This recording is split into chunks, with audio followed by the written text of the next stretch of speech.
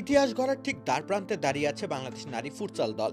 প্রথমবারের মতো আয়োজিত সাফ নারী ফুটসাল চ্যাম্পিয়নশিপের শিরোপা নিজেদের দখলে নেওয়ার সমস্ত পথ তৈরি করে ফেলেছেন সাবিনা খাতুনরা। স্রেফ শেষ ম্যাচে এড়াতে হবে পরাজয়।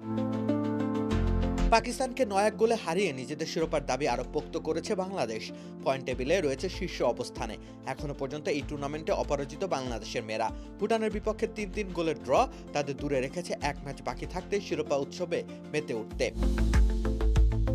পাকিস্তানের বিপক্ষে নিজেদের পঞ্চম ম্যাচে প্রথমার্ধে ৬ গোলে এগিয়ে যায় বাংলাদেশ। এ দাপটটা পুরো আসর জুড়ে দেখিয়ে এসেছেন সুমাইয়া মাতসুসিমারা। প্রথম ম্যাচে ভারতকে হারিয়ে শুভ সূচনার পর আর পেছন ফিরে তাকাতে হয়নি। এখন পর্যন্ত সাফ নারী ফুটসাল চ্যাম্পিয়নশিপে বাংলাদেশের মেয়েরা গোল করেছে ২৪টি। অন্যদিকে স্বপ্ন আক্তার জিল্লি তার গোলবার আপ্রাণ চেষ্টা রক্ষা করে যাওয়ার চেষ্টা করেছে, যার প্রমাণ দিচ্ছে বাংলাদেশের বিপক্ষে প্রতিপক্ষের স্রেফ ৮ গোল, ৪ জয় ও ১ ড্রতে বাংলাদেশের মেয়েদের পয়েন্ট এখন ১৩। অন্যদিকে ২ নম্বরে থাকা ভুটানের পয়েন্ট ১১।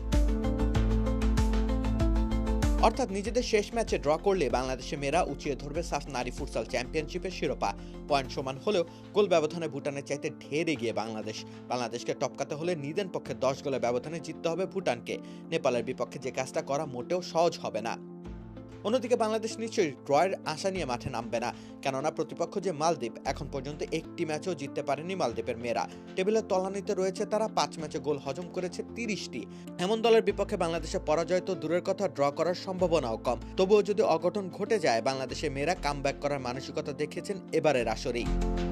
অতএব বাংলাদেশের ফুটবল জগতে সাম্প্রতিক অর্জনে মেয়েদের পাল্লাটা আর একটু ভারী হতে চলেছে। আরও একটি শিরোপার দোরগোড়ায় দাঁড়িয়ে সাবিনা খাতুন, কৃষ্ণা রানী সরকাররা।